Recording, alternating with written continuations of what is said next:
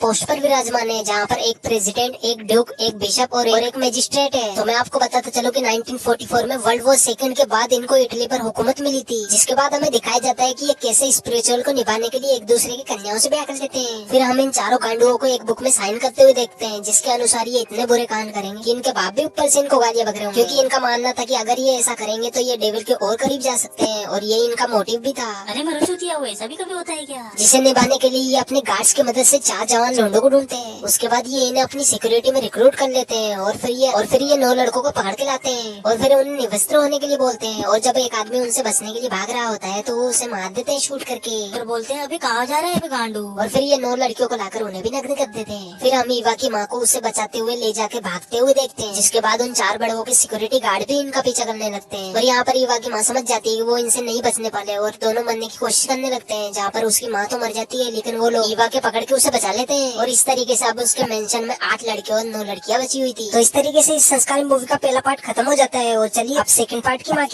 करते हैं, यानी कि सर्कल ऑफ मैनिएक। और ये पार्ट भी दांते द डिवाइन पोएम पर आधारित है। इस पार्ट की शुरू होते ही हम उन चारों बड़ों को 4 नई प्रोस्टिट्यूट को उस मेंशन में लाते हुए देखते हैं, जहाँ पर ऑलरेडी वो 17 गुलाम पहले से ही मौजूद थे। और उन प्रोस्टिट्यूट को वो आदेश देते हैं कि वो सभी एक एक आकर उन 17 गुलामों के साथ उन चारों बड़ों को भी गंदी गंदी कहानियां सुनाए, ताकि इन कहानियों को सुनकर वो गुलाम आपस में मास्टरबेट करने लगे। और फिर हमें पता चलता है कि ये चारों बेटीचोद खुद तो कानून नहीं मानते, और ये इन 17 गुलामों के लिए कानून बना रखे हैं, जिसके अकॉर्डिंग कोई भी गुलाम अपने जैसे लिंग या विपरीत लिंग के साथ कुलगुल नहीं कर सकता। और इस दौरान इन सभी गुलामों को नेकेड ही रहना पड़ेगा, और ना ही ये भगवान का नाम ले सकते हैं, ना ही कुछ गलती कर सकते हैं। और फिर प्रोस्टिट्यूट अपने जीवन के सारे कस्टमरों के बारे में इनको बताने लगती है, जिससे गुलामों को भला ही घंटा फर्क न पड़ा हो, लेकिन वो चारों बड़े उत्तेजना से भर जाते हैं, और किसी भी मेल या फीमेल गुलाम को समय समय पर खुराक देने के लिए कमरे में भी ले जाते हैं। और फिर इस प्रोस्टिट्यूट की कहानी से मोटिवेट होकर वो मजिस्ट्रेट एक लड़की को मास्टरबेशन करने के लिए बोलता है। और क्योंकि वो लड़की बहुत ही ज्यादा छोटी होती है तो उसे पता ही नहीं होता कि मास्टरबेशन होता क्या है, और मनी मन उसे डॉग बोलने लगती है। और इन सब से तंग आकर वो किसी तरीके से वहाँ से निकलकर भागने लगती है। फिर मजिस्ट्रेट के साथ साथ कुछ गार्ड्स भी उसका पीछा करने लगते हैं, और गार्ड्स आगे जाके उसे पकड़ भी लेते हैं। और अब वो उसके साथ क्या करेंगे ये हमें आगे पता चलेगा। फिर हम सभी को एक रूम में खाना खाते हुए देखते हैं। फिर एक गार्ड एक लड़की को नीचे पड़ी हुई रिंग उठाने के लिए बोलता है, और इसी बात का फायदा उठाकर वो अपना सामान उसकी तिजोरी में रख देता है। और इस प्रक्रिया को देखकर पता नहीं उस बड़े को क्या ही चुल मस्ती है कि वो अपने दोनों सेव ले जाकर उस आदमी को दे देता है, और बोलता है इसे भी काटो। यानी कि समझ रहे हो ना, ये ऐसे वैसी दरिंदे जिनको कोई भी चलेगा, भले वो मेल हो या फीमेल हो। इसके बाद वो चारों प्रोस्टिट्यूट उन चारों बड़ों से कहती है कि इन्हें मास्टरबेट करने की प्रक्रिया हमें सिखानी ही होगी, क्योंकि हम तो पैदाइशी टीचर हैं। और फिर वो एक डमी लेकर आकर फीमेल गुलामों को उनका हिलाने के लिए बोलती है। और फिर हम उसी लड़की को देखते हैं जिसे मजिस्ट्रेट ने मास्टरबेट करने के लिए बोला था, और उसके भाग जाने के बाद गार्ड्स ने उसे पकड़ लिया था।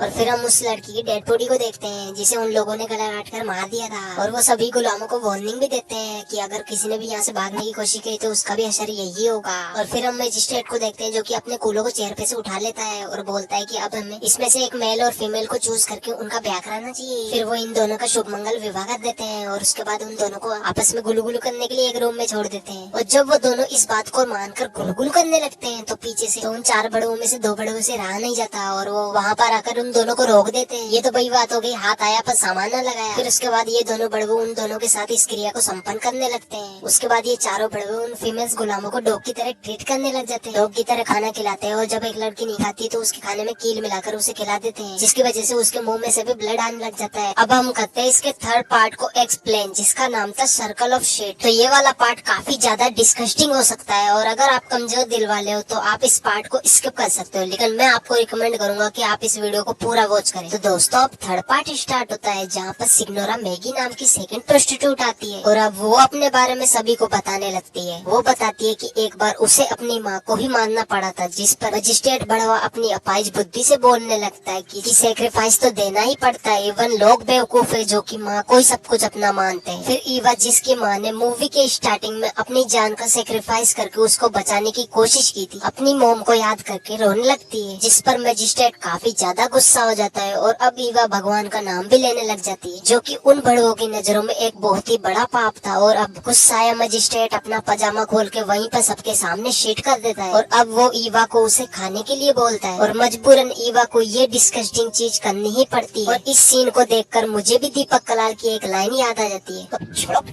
और फिर ये चारों बड़वे रोजाना ही गुलामों को यही चीज खाने को देने लगे, और खुद भी खाने लगे। इवन नाश्ते में भी उन्हें यही सब दिया जाने लगा, और जो इसे नहीं खाता उसका नाम एक रजिस्टर में लिखा जाता ताकि लास्ट में उसे सबसे दर्दनाक मौत दी जा सके। और यहाँ पर मैं आपको एक्सप्लेन नहीं कर सकता कि ये कितना ज्यादा डिस्गस्टिंग था, जहाँ पर इन चारों बड़वे के दिमाग में भेजा ही नहीं था। और इस तरीके से अब रोजाना ये यही परोसेंगे और इन्हीं को खाएंगे। और इस तरीके से अब ये सेकंड प्रोस्टिट्यूट की बात से इंस्पायर होकर कभी किसी को पहलते या फिर कभी किसी से अपने ऊपर पीस करने के लिए बोलते। और एक रात ये चारों डिक्टेटर अपने सभी गुलामों की बेक देखने लगते, जहाँ पर इनका प्लान ये था कि जिसकी बेक सबसे ज्यादा अट्रैक्टिव हुई उसको ये मार देंगे। जहाँ पर इन्हें एक लड़की की बेक पसंद आ जाती है और ये जब उसको शूट करने के लिए गन चलाते हैं तो उसमें गोलियां ही नहीं होती, जिस पर डिक्टेटर उस गुलाम को बोलता है कि हम तुम्हें इससे भी भयानक मौत देने वाले हैं। इसके बाद वो चारों बड़वे चूतियापंती का प्रदर्शन करते हुए अपने गार्ड्स या फिर गुलामों से मैरिज कर लेते हैं। और फिर एक गुलाम एक डिक्टेटर को बताता है कि इस मेंशन में तुम्हारे रूल्स को तोड़ा जा रहा है, जिस पर वो डिक्टेटर जाके दो लड़कियों को साथ में सोते हुए देख लेता है। और इन बड़वों के रूल्स के अकॉर्डिंग कोई गुलाम साथ में नहीं सो सकते थे, जिस पर वो डिक्टेटर उन पे गन पॉइंट कर देता है, जिस पर वो लड़कियां उन्हें बताती है कि एक गुलाम और भी है जो कि एक नौकरानी के साथ सोता है। और वहाँ जाकर चारों डिक्टेटर उसे पकड़ लेते। फिर वो चारों शूट करके उस गुलाम को भी मार देते हैं और उस नौकरानी को भी। और अब वो चारों बड़े हुए बचे हुए सभी गुलामों को एक शिट से भरे हुए टब में बिठा देते हैं। और यहीं पर ये थर्ड पार्ट भी खत्म हो जाता है। अब हम एक्सप्लेन करेंगे इसके फोर्थ पार्ट को, जो कि है सर्कल ऑफ ब्लड, जहाँ पर हम उन चारों डिक्टेटरों में से एक डिक्टेटर को चेयर पर बैठे हुए देखते हैं और वो अपनी दूरबीन से खिड़की के बाहर बाकी बचे हुए 3 डिक्टेटरों को गुलामों को टॉर्चर करते हुए देखता है। और इन डिक्टेटर्स ने जो 4 गार्ड अपॉइंट किए थे उनमें से 2 गार्ड हमेशा उस चेयर पर बैठे हुए डिक्टेटर को प्रोटेक्ट करने के लिए और बाकी 2 बचे गार्ड उन बाहर वाले तीनों डिक्टेटरों के साथ उन गुलामों को टॉर्चर करेंगे। फिर फर्स्ट डिक्टेटर की बारी खत्म हो जाने के बाद सेकंड डिक्टेटर उस चेयर पर आके बैठता है और बाकी 3 गुलामों को टॉर्चर करने लगता है, जहाँ पर वो डिक्टेटर्स मेल के पेनिस को काट देते हैं, फीमेल्स के ब्रेस्ट को काट देते हैं, किसी की आंख निकाल देते हैं और किसी की जबान काट देते हैं। ऐसा करते करते अब लास्ट डिक्टेटर आकर चेयर पर बैठता है और अब वो तीनों डिक्टेटर्स जो कि मैदान में थे एक एक करके सभी गुलामों को मार देते और अपना चूतियापा भरा डांस करने लगते। और फिर हम 2 गार्ड्स जो कि मेंशन के अंदर थे उनको डांस करते हुए देखते हैं और हमारी स्टोरी यहीं पर एंड हो जाती है। आज की इस वीडियो में बस इतना ही दिखा सकता हूँ और इस वक्त अपने लटकते हुए तीसरे पाँव से इस वीडियो को लाइक भी कर दीजिए और मुझे आगे दीजिए, क्योंकि इस स्टोरी को सुनाते सुनाते मैं भी अभी लाने की अवस्था में आ चुका हूँ और इस प्रक्रिया को दोहराने के लिए मुझे बाथरूम में जाना ही पड़ेगा। मेरे को जाना पड़ेगा, मेरे को जाना